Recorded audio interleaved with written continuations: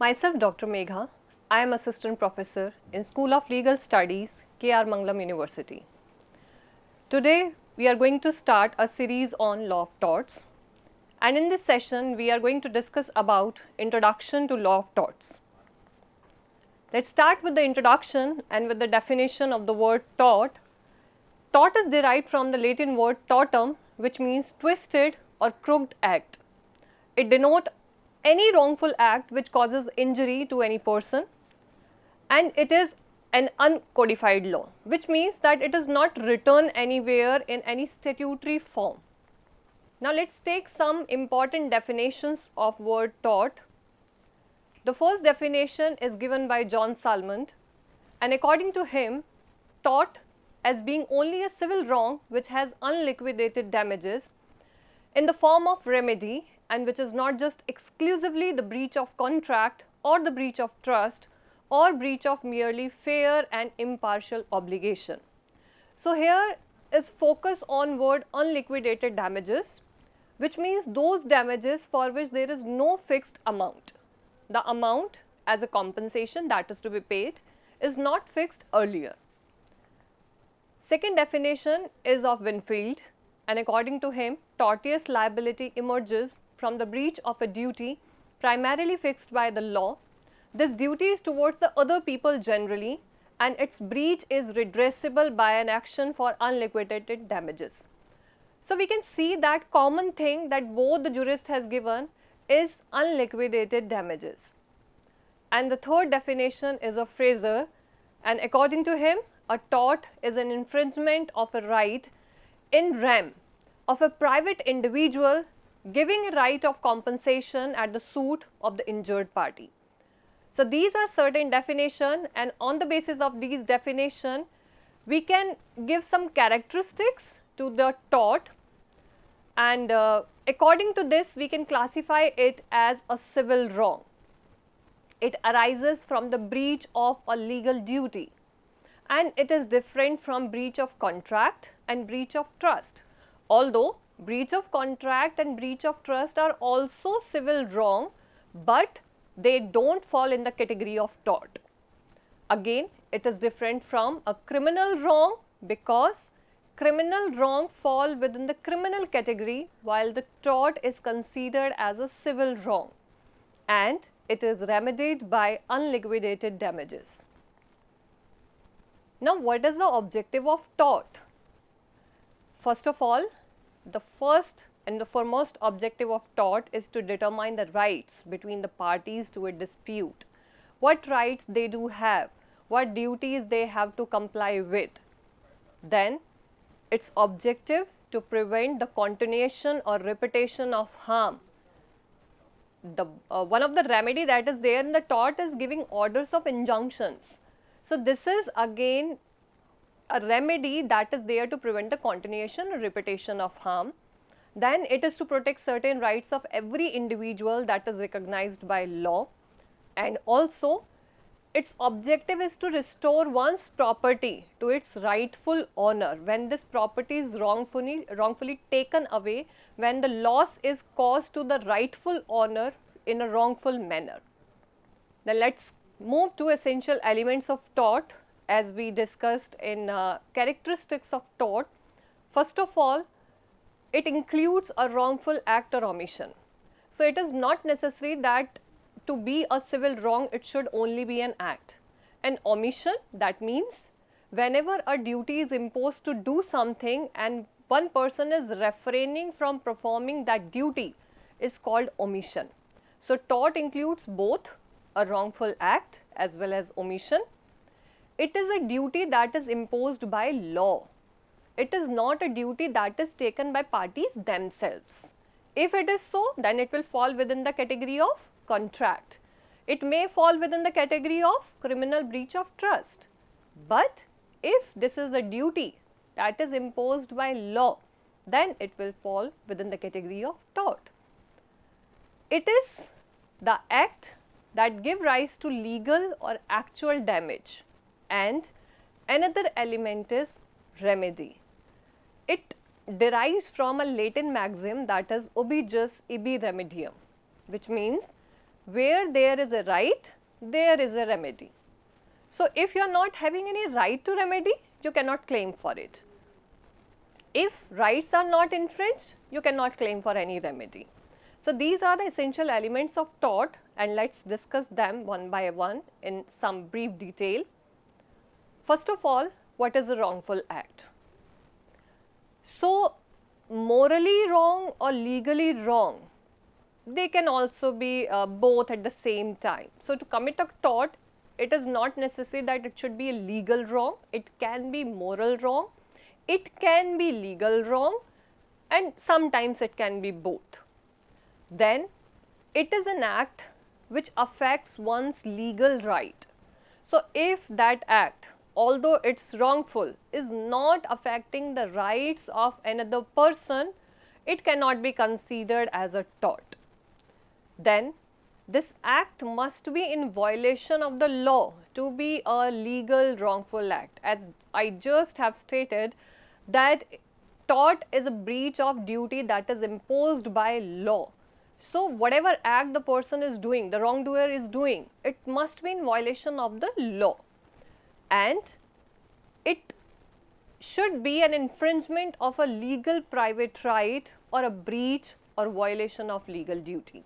So, whenever there is a right, simultaneously there is a duty that is imposed on another person not to infringe the right of anybody else. And if he is not performing his legal duty by infringing the legal rights of somebody else, then he will be considered as a wrongdoer. So, this is the meaning of wrongful act. Now, what is the duty imposed by law? It is something that is legally enforceable in the Indian courts. If something which cannot be enforced by law, which is not enforceable by the procedure that is established by law in the Indian courts, that cannot be considered as a legal duty. For example, law requires that the driver of a vehicle must drive carefully, and if he is driving without care and a pedestrian is hit, this is the omission of act. He was assigned with the duty to drive carefully, but he was negligent in performing his duty. This is the omission, and it is something we can say it is a breach of duty imposed by law, and the person will be liable under tort. However, there are certain other examples. If the worshipper stop going to a temple and thereby because the priest to lose money, the action is not liable, because it is not something which we can say a duty that is imposed by law. It is my wish, it is somebody's personal wish whether he wants to go to the temple or not, he wants to worship or not, and if because of not going to temple, not putting the money over there, which causes the loss of money to the priest, this is not something which can be said to be actionable. So, it cannot be considered as a tort. Now, the third point is legal damage. This is the third essential, that to be a tort, there must be wrongful act or omission, it must be a breach of legal duty, then it must cause a legal damage. Now, the question is, what is a legal damage? It means to affect injuriously. It is the infringement of legal right of a person, and there is no need of actual damage. Now, what it means that there is no need of actual damage or infringement of legal right of person? It means that there is no necessity to cause physical damage to a person. Okay, physical damage can also be considered as a tort, but what if there is no physical damage but still the person is saying my rights are infringed? Whether that person would be entitled for any compensation? Then answer would be yes, because legal damage includes infringement of a legal rights of a person, and it is based on two maxims. First one is injuria sine damno, and second one is damnum sine injuria. Let us discuss these two maxims in detail. Injuria sine damnum, let us bifurcate these three words and have the meaning of these three words. Injuria means injury, sign means without, damno means damages. So, it means injury without damages. There is injury, but there is no damage. Now, the question is whether the person would be entitled, the aggrieved person would be entitled for compensation or not. Then the answer is yes. Such kind of damage is actionable under the law of torts. It occurs when a person suffers a legal damage instead of actual loss. There is no actual loss, there is no monetary loss, there is no physical loss, but still that person's right got infringed, and that is why that person is entitled for the damages. Let's have one case to illustrate this, Ashby versus White. This is the leading case on this point, and in this case what happened, that the defendant wrongfully prevented the plaintiff from voting. The person wanted to vote, but he was refrained from voting by the defendant, and ultimately the person won to whom that plaintiff wanted to vote. There was no loss that was caused to the plaintiff. Still, defendant was made liable to pay damages to the plaintiff. Why? If there was no loss, there was no injury, the person won to whom that person wants to vote, then why damages were paid to the plaintiff? The answer is legal rights, infringement of the legal rights. As his right to vote, that is a legal right, is infringed, that person was made entitled for the damages.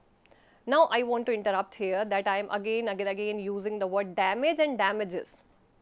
What is the difference between these two words? So, damage is injury that is caused to a person. It is a loss that is caused to a person, and damages is a form of compensation that is paid to the aggrieved party because that person has suffered the loss because of damage. So, there is a slight difference of that S in damage and damages, but there is a huge difference in the meaning of these two words. Let us move back to the legal rights, injuria sine damno.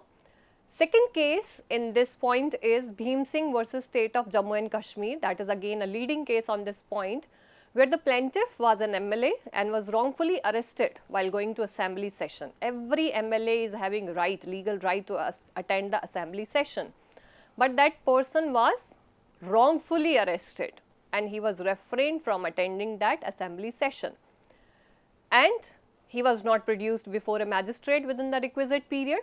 There is again a requirement that whenever a person is arrested, he has to be presented before a magistrate within 24 hours, but that person was not presented. So, this was the violation of his fundamental right. Even though he was released later, he was awarded 50,000 rupee as damages by Supreme Court of India. Now, move to second maxim, that is damnum sine injuria. Again, damnum means damages, sine without, injuria injury. It is completely opposite to injuria sine damnum, which stated that injury without damages and it was actionable, and this maxim says damage without injury which is not actionable. Although damage is there, loss is there, but as there is no infringement of the legal rights, the person is not entitled for compensation. Again, let us discuss one case over here. The leading case is Gloucester Grammar School's case. Here in this case, the defendant opened a rival school in front of an existing one, thereby causing the fees of the existing one to be reduced from 40 pences to 12 pence. So, it happens there may be the possibility that two groups are there in the same locality and they become the opposition for each other, and one for sustaining in that business has to reduce its income, its fees, its charges, whatever. So, that is the same thing happened in this case. There were two same school in the same locality, and because of the new one, the old one has to reduce its fee. And what happened in result? It caused a lot of laws to the old school. But now the question is whether that old school is entitled for compensation, for damages. The answer is no. Although there was damage, although there was loss, but still that person is not entitled for any kind of damages because no legal right is infringed by the plaintiff. So, this is how the legal rights are to be defined and accordingly the damages are to be ascertained.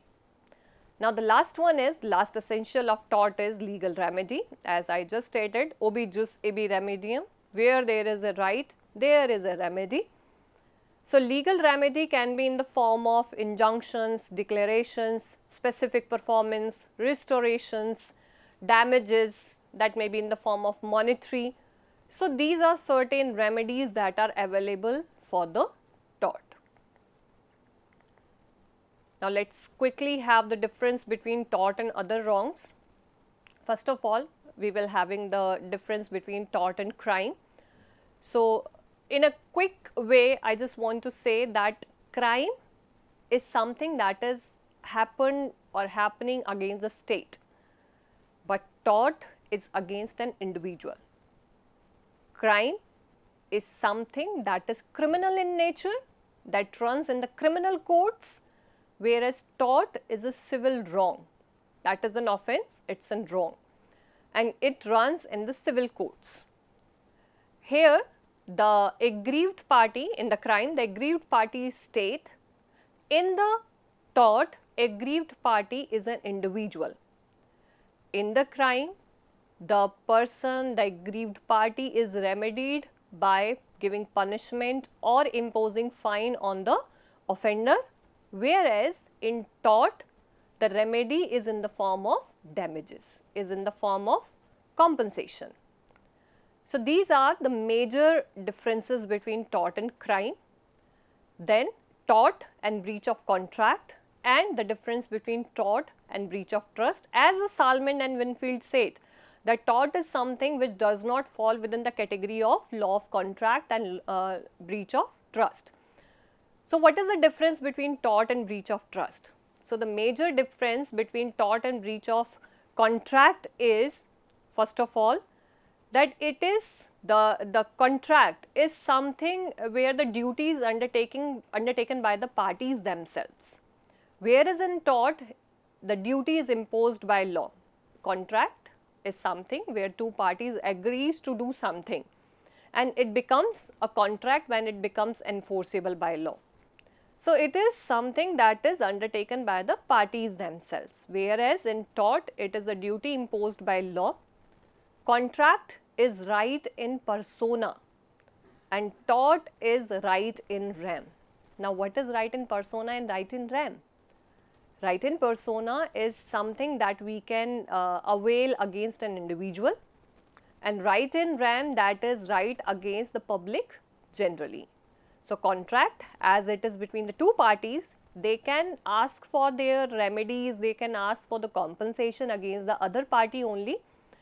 But in tort, it is the duty that is imposed by the law against the public at large.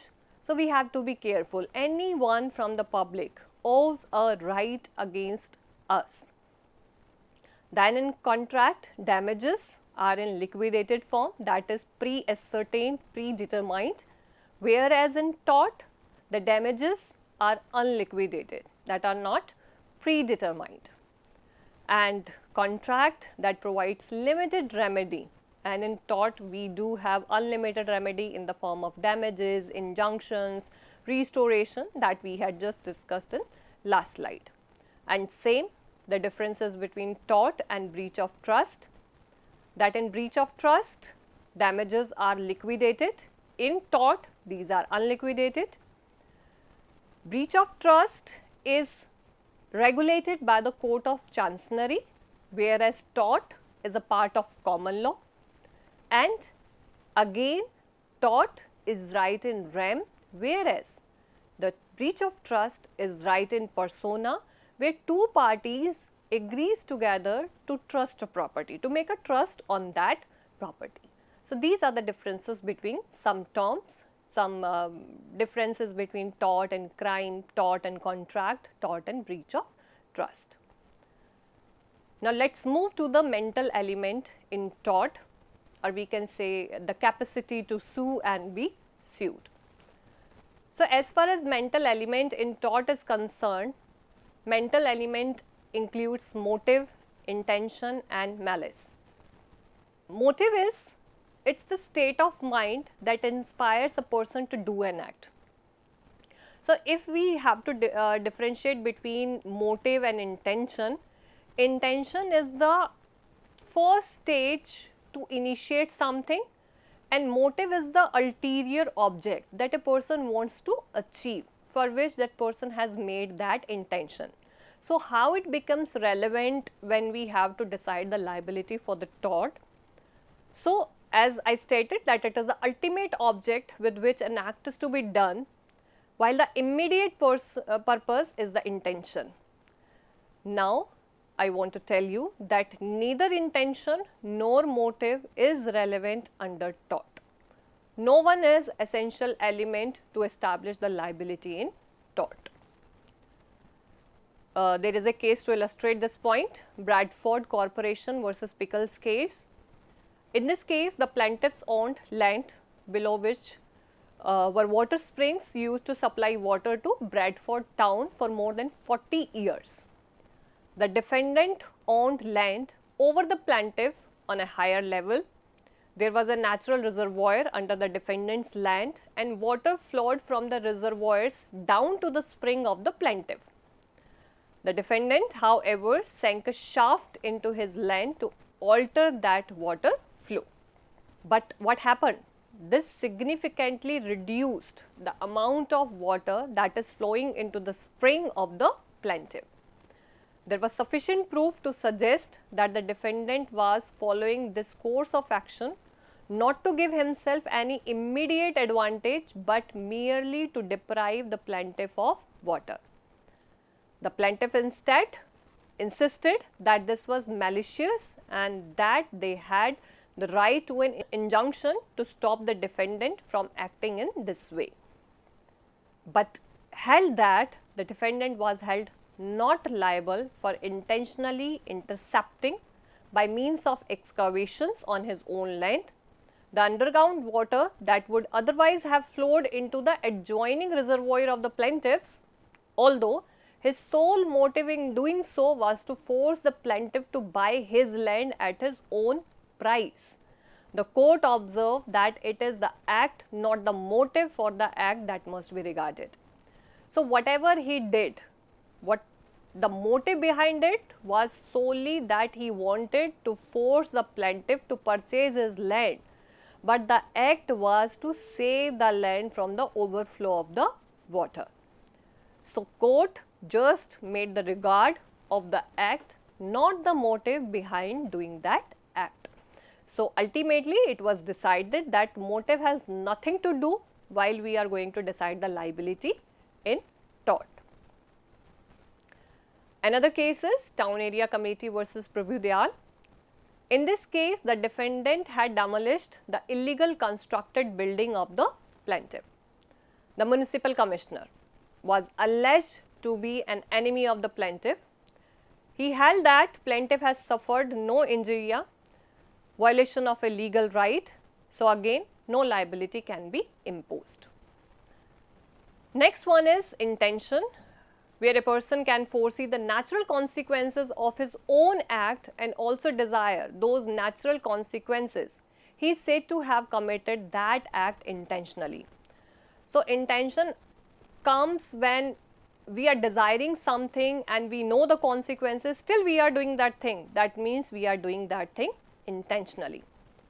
So, according to tort law, the tort can be divided based on the intention into two categories: intentional tort and unintentional tort.